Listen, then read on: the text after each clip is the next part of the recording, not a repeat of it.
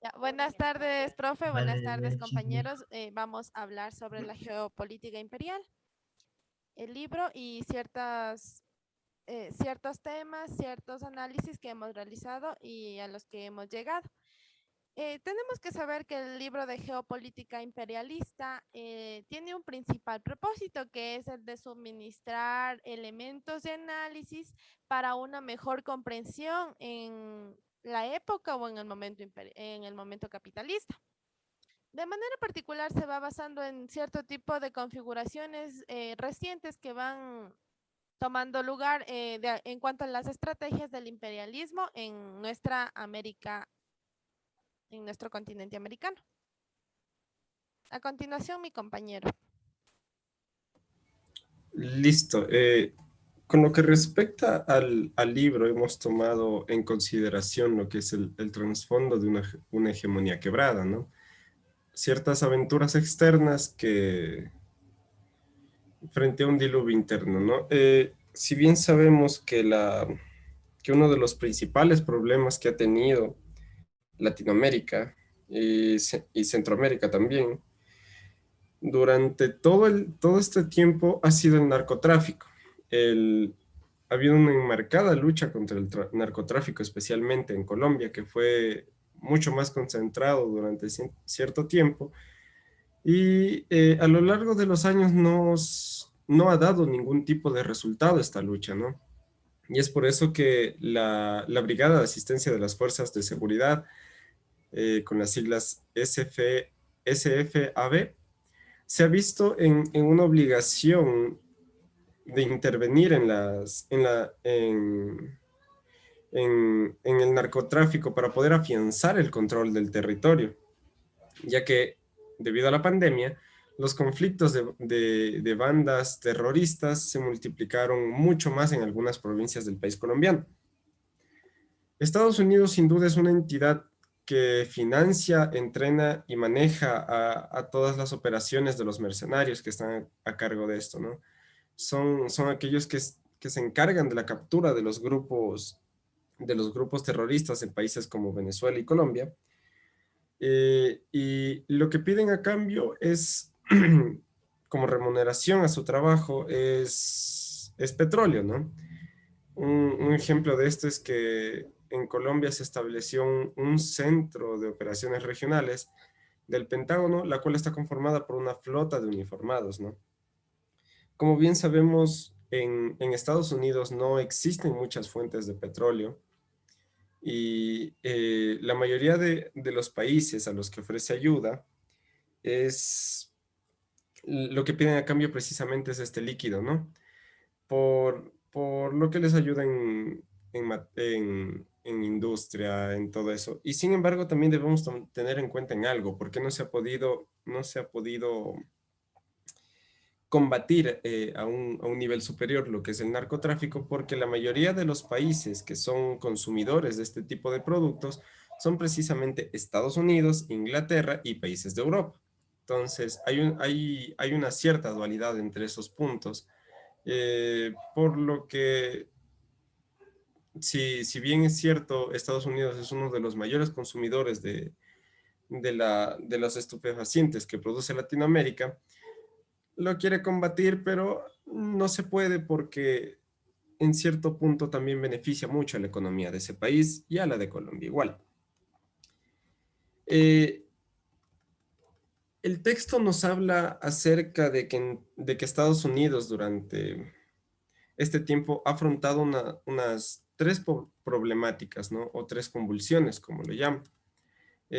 Una es la pandemia, otra es la depresión económica y la rebelión de los afroamericanos, todo este movimiento social de Black Lives Matter, eh, que combinadas forman una secuencia de acontecimientos que en la más grave fue la caída del PIB, del Producto Interno Bruto, lo que ha generado una recesión económica en Estados Unidos. Ellos relativizan el desplome de la producción, estimando que la, la saludable economía que posee o poseía Estados Unidos fue afectada por una desgracia ocasional de la naturaleza, que en este caso fue la pandemia por el COVID, ¿no? También dicen que el presidente fue uno de los causantes de estos problemas, ¿no? Ya que Trump ha batido todos los récords de responsabilidad criminal en el manejo de una pandemia, que provocó la muerte de 100.000 estadounidenses. Como saben ustedes, hubieron revueltas y todo eso, convirtiéndose en uno de los países más afectados por esta enfermedad, ¿no? Fue uno de los países con mayor número de contagiados en el planeta. Y esta infección ha golpeado brutalmente a 30 millones de personas, que por lo general carecen de seguros médicos.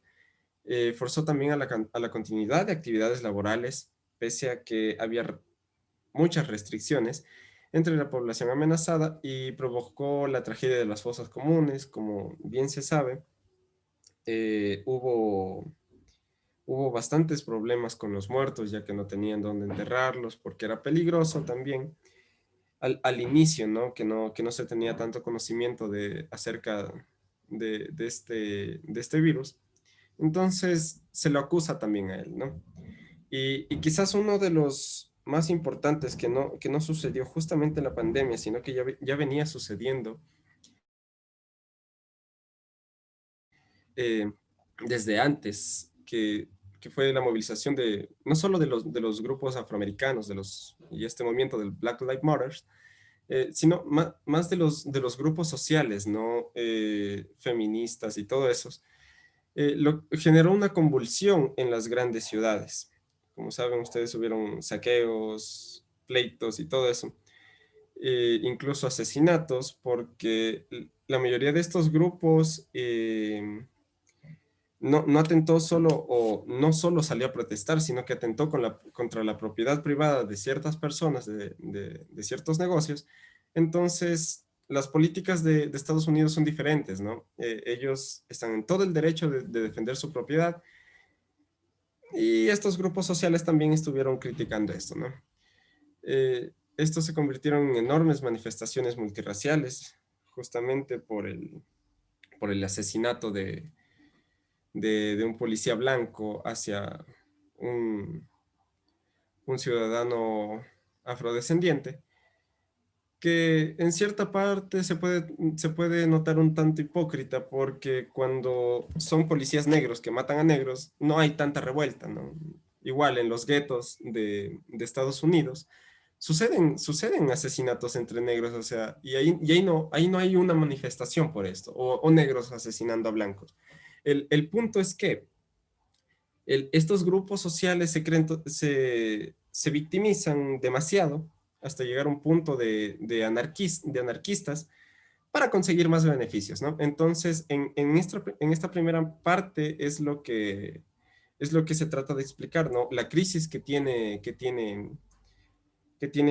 tanto Latinoamérica como Estados Unidos, ¿no?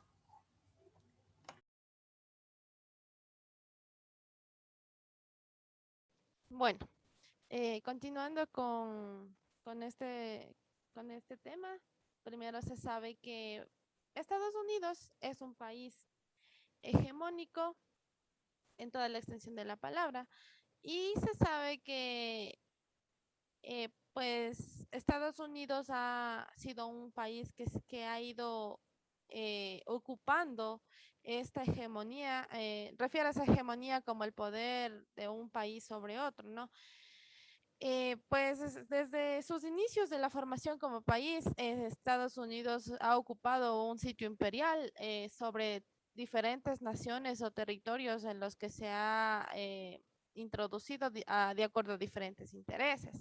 Y pues a lo largo de estos temas se implanta que Estados Unidos ha luchado frente a diferentes problemáticas que han ido surgiendo, ¿no?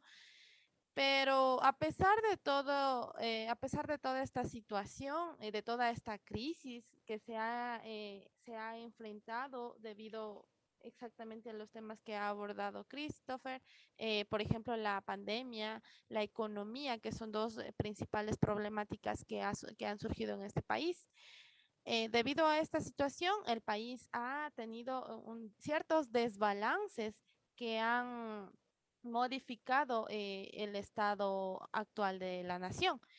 Pese a esta situación, Estados Unidos es un país que se mantiene hegemónicamente en un sitial alto. Entonces, lo que principalmente pretende Estados Unidos es adjudicar o más bien em, conseguir o imperialismo a través de los negocios globales que hace con diferentes naciones, ¿no? Em, Estados Unidos es un país que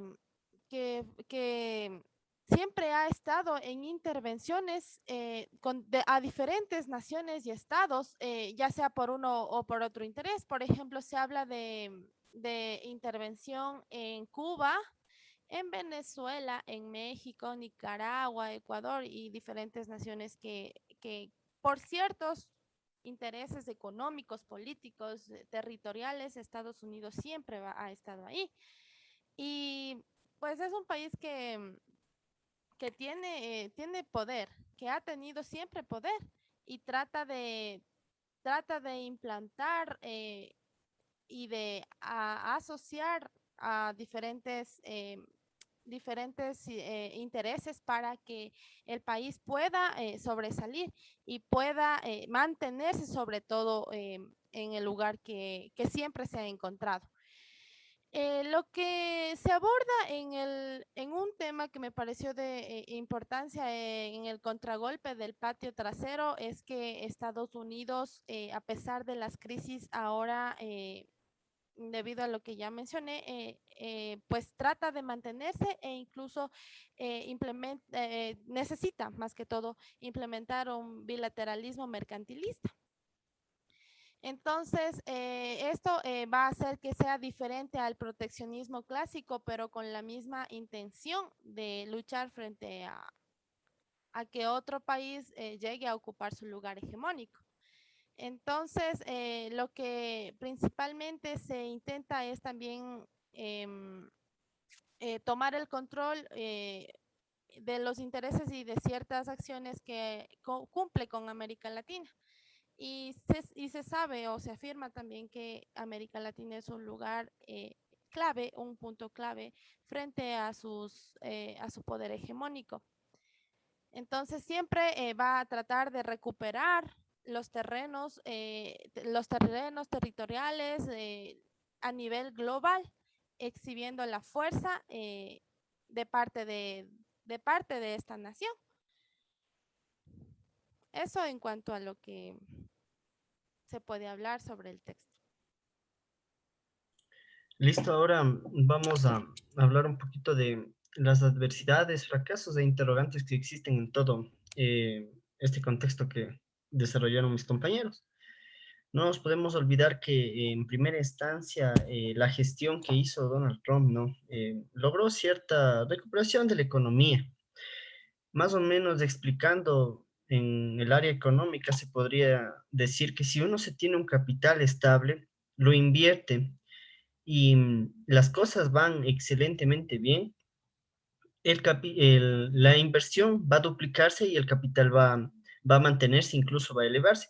Es lo que hizo Donald Trump, ¿no? Y un punto muy importante es que dice que sin invertir los desequilibrios estructurales que obviamente él tenía y que se consiguió una mayor subordinación de sus socios. Ya, el acompañamiento requerido para la guerra comercial contra el rival del Oriente y entre sus principales objetivos, todos conocemos que son China y Francia, ¿no? Además, Donald Trump sigue intentando el desplazamiento de Brasil de los negocios más lucrativos de toda Sudamérica. Todos sabemos por qué a él no le interesa que esté Brasil en su camino, ¿no? Y además, el manejo de las grandes licitaciones licitaciones de la obra pública, lo cual maneja una gran disputa entre ellos. Es impresionante la economía que presenta China, ¿no? Todos sabemos la estabilidad económica que tienen ellos por, por sus avances tecnológicos en los últimos años. Y esto preocupa un poco a Trump, ¿no? Y también hay que buscar y crear pánico con las amenazas cotidianas. Y el envío de nuevos efectivos a las bases de Colombia agrava un gran malestar. El autoaislamiento que impuso Trump frente a la crisis del coronavirus transmitió una imagen de impotencia, ¿no? Muchas de las veces nos damos cuenta que cuando no existe problemas, todo parece, especialmente en los presidentes pasa esto, parece que está bien, tienen sus reuniones, tienen sus viajes, pero cuando se les presenta realmente un problema grande, y como fue esto de la pandemia, muchos de ellos no tuvieron una base sólida como para poder ayudar a su país, en este caso Ecuador, ¿no? Ya. Eh, Trump decidió privatizar los fondos de la OMS, ¿no? En el pico de la infección fue tan impactante como una requisa internacional de material médico para cubrir las necesidades sanitarias de Estados Unidos. El alocado conductor de la Casa Blanca no se limita a los agravios verbales y a la persecución de indocumentados. Durante la pandemia alentó a la expulsión de inmigrantes contagiados y extendió a los latinos su furia contra China. Además, ha multiplicado los mensajes disparados para diluir sus responsabilidades en la tragedia sanitaria que afrontó su país.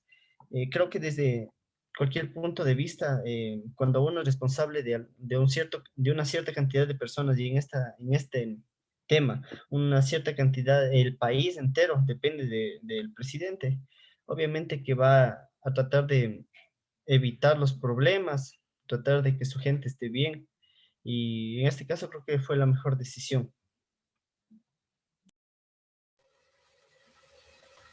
Ya. Bueno, yo les voy a hablar sobre, o vamos a, a debatirnos sobre las afinidades antiimperialistas, ¿no? Bueno, en sí esto se trata de los diferentes militares, ¿no? O sea, de Estados Unidos, estadounidenses y sobre todo también de Colombia, ¿no? Que en donde que hay una creciente repudios, por así decirlo, en América Latina, porque de la militarización de Colombia tenían órdenes, ¿no? De Washington, en donde que era una pieza central, una clave, por así decirlo, de una restauración que era un poco más conservadora, ¿no? Por así decirlo, de las diferentes acciones golpistas, de las guerras que estaban agobiando en ese entonces a esa región, ¿no? En donde había una resistencia global en contra del autoritarismo, el terror, la intolerancia, la forma no de que son parte de las diferentes grandes batallas populares que existían en ese entonces, pero Colombia fue uno de los principales países o escenarios de esas diferentes movilizaciones que hacían, ¿no? Que estaba rodeado de los levantamientos que estaban interrumpidos por la pandemia. Pero había algo novedoso, ¿no? De la acción popular de América Latina, que era una convergencia, por así decirlo, con la rebelión que era antirracista de los Estados Unidos, porque había un descontrol por parte de la policía de los Estados Unidos, en donde la impunidad de las diferentes milicias racistas y eso era y ahí generalizaban, ¿no? La aportación de las diferentes armas que eran resabios en sí en ese entonces, que fue en el siglo XIX. Ahí eran donde constituían diferentes efectos que eran un poco más adicionales a las diferentes matanzas que ellos los hacían por los marinos, ¿no? En todo el mundo, que eran las masacres del imperialismo, que fue en la periferia, que alimentaban a los tiroteos y los asesinatos, obviamente, ¿no? La muerte, en donde los encarcelamientos habían periódicamente, ¿no? Eran muy seguidos, ¿no? A la población, entonces, en ese entonces a la población negra, ¿no? De Norteamérica. Pero la lucha era común en las calles de los Estados Unidos y sobre todo en América Latina, en donde ellos ponían donde se ponía punto final, por así decirlo, ¿no? A la rebelión de la comunidad, que era un interés que se lanzaban en ambos pueblos. Pero la enorme población de Latinoamérica y de Estados Unidos aportaban, ¿no? A un nuevo canal, a un nuevo episodio, ¿no? De conexión entre ambas tradiciones, por así decirlo, pero estas eran algo convergente o de aspiraciones afroamericanas y donde tenían esperanzas, ¿no? De los latinoamericanos en lanzar, que se lanzó esto en el año de 1960, en donde se aumentó un momento un poco más culminante, ¿no? Para decaer así. También en América Latina el antiimperialismo no ha sido antes ni es hoy, ¿no? O sea, o en algo particular siendo de nadie potencialmente de todo el antiimperialismo, pero algo que no es exacto, ¿no? De un cuerpo o de una doctrina o de un sistema que es un poco más ideológico, como lo sería en un principio el antinarquismo, el socialismo, el liberalismo y también el conservadurismo, ¿no?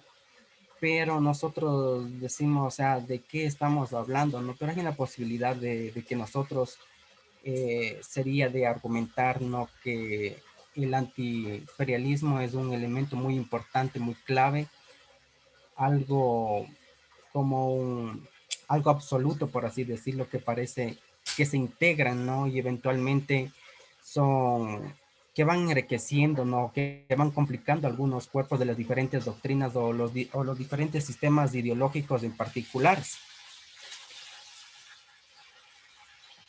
Es, Bueno, listo. Entonces, ¿alguien más que quiera aportar de pronto a las diferentes temáticas que hemos abordado? Ya, hay varios puntos que tal vez se podrían tener poner en tela de juicio, ¿no? Uno, la economía estadounidense pudo haber sido por la influencia también de Donald Trump, creció mucho más que en la época de Obama, sí. Entonces, hay un punto también que cuestionar ahí. Además, con esto de que se dice que Estados Unidos es muy racial hasta cierto punto, sí. En el gobierno de Estados Unidos, cuando estaba Barack Obama, quien estaba a cargo de las deportaciones fue precisamente Joe Biden. Entonces, y hubo mucho más deportaciones de latinoamericanos que en el gobierno de Trump. Entonces, hay algo también que cuestionar ahí. Otra, con lo que respecta a Latinoamérica y el antiimperialismo, ¿no? ¿Por qué es que no lo ven tan bien que vengan bases militares a Latinoamérica? En el caso de Ecuador, como pasó con Rafael Correa,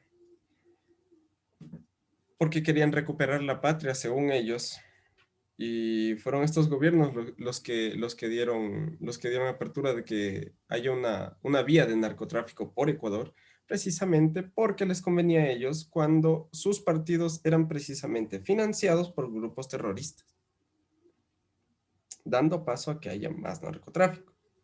Entonces, si eso se refiere en el recuperar patria, hay mucho que cuestionar también. Y precisamente se da este cambio, ¿no? De pasar de un gobierno republicano en Estados Unidos, dar la vuelta a dar paso a un gobierno demócrata, que en este caso sería el de Joe Biden, ¿no? Precisamente porque se pone muy de moda todos estos movimientos y estas ideologías sociales de los derechos de la justicia social y los derechos sociales, ¿no? Entonces hay una, bueno, que no es muy reciente, ¿no? Sino que ya viene de un paso de años toda esta, esta nueva moda, ¿no? De la nueva izquierda. Entonces, hay bastante que cuestionar también, hay bastante que investigar acerca de eso. Sí, bueno, yo de acuerdo con Chris porque Estados Unidos es hasta cierto punto un país realmente que ejerce su supremacía, ¿no? Ejerce su racismo y ciertas prácticas de, del país que realmente no están bien. Dentro de todo, este país ha logrado lo que ha querido de acuerdo a diferentes estrategias, ¿no? Que se han ido planteando, sean por el buen camino y otras pueden haber tenido unos puntos tergiversados, unos puntos que no están bien claros, pero ha logrado siempre lo que ha querido. Entonces, creo que hay que igual analizar mucho porque ciertas prácticas, por ejemplo, del presidente Trump, es que él trata de erradicar todos los puntos que dañan al país y por detrás hace acciones que no están correctas y que realmente van a ir afectando a la nación estadounidense y por ende a las naciones a donde él ha ido tomando puntos, ha ido tomando lugares, ¿no? Entonces hay que tener muy en cuenta que así es como a veces la política, la forma de gobernar supuestamente avanza o mejora, pero por ende ciertas prácticas no son las correctas, ¿no? De una u otra manera hay que tomar en cuenta estas situaciones y sobre todo la manera de gobernar que muchas veces se habla pero no se cumple. Claro, estamos muy de acuerdo que el fin no justifica los medios. Sin embargo, el hecho de ver primero por la nación es un punto que yo rescato mucho. ¿Por qué? En el caso de casi la mayoría de países latinoamericanos y, siendo más específico, Ecuador, con el caso de los ciudadanos venezolanos, ¿no? Afectó demasiado. El ingreso descomunal de todas estas personas afectó demasiado porque ellos hacen un trabajo y cobran menos. Entonces, eso de ley les va a beneficiar a alguien que tenga una empresa, que tenga un negocio, porque le va a pagar menos a un ciudadano extranjero y afecta demasiado al trabajo de las personas de aquí mismo, ¿no? O sea, hasta cierto punto estoy de acuerdo con que se cumplan unas medidas para entrar al país, ¿no? Como los Estados Unidos. Y eso pese a que Estados Unidos es muy firme económicamente, entonces, sin embargo, tienen ese cuidado. Entonces, tal vez eso nos enseñe algo y nos deje de aprendizaje algo. Sí, yo creo que Yo en sí, esa parte, sí, siga, Anthony. yo sí comparto con lo que estaba mencionando Christopher y siento que sí se debería tomar a ver, unas ciertas Medidas, normas, no, medidas. medidas de ingreso, especialmente el Ecuador, ¿no? Todos nos damos cuenta y como decía Christopher, es una desestabilización económica muy grande que afectó al país. Tú sabes que un venezolano, y no tengo nada en contra de las personas que son migrantes, ¿no? Pero cobra menos, hace mejor trabajo, incluso se hace ese tipo de comparaciones, o sea, se llega a ese tipo de comparaciones donde personas de otro país hacen mejor trabajo que personas que son ecuatorianas. Pero no debería resultar ese en sí el punto de objetivo, sino el hecho de respetar al país, de buscar mejores formas de ingreso, o incluso yo me pongo, ¿no? En el punto de ser un presidente, dar oportunidades de vida, evitar que la gente salga de tu país. nos ponemos a pensar y muchos de los jóvenes piensan acabar el colegio, la universidad, irse del país a buscar una mejor vida y la solución sería dar oportunidades aquí, exigir menos, cobrar menos sueldo a personas que están en la asamblea, en puestos políticos, incluso en nuestra ciudad se ve la corrupción siempre. Entonces, yo creo que ese es el principal objetivo, o sea, erradicar e implementar nuevas normas, nuevas estrategias de soluciones de problemas, nada más. Precisamente la política ha estado bastante tergiversada. El tamaño del Estado es súper excesivo para un país tan pequeño. Y mientras el Estado crezca más, va a tener más poder, va a tener más control sobre la población y va a tener más que cobrar. Entonces, si hay demasiados funcionarios que a la vez no funcionan, y igual se les paga una cantidad de sueldos exuberantes, va a seguir en lo mismo y pasa en toda Latinoamérica con toda esta nueva ola de moda de la nueva izquierda, el socialismo del siglo XXI y todas esas cosas.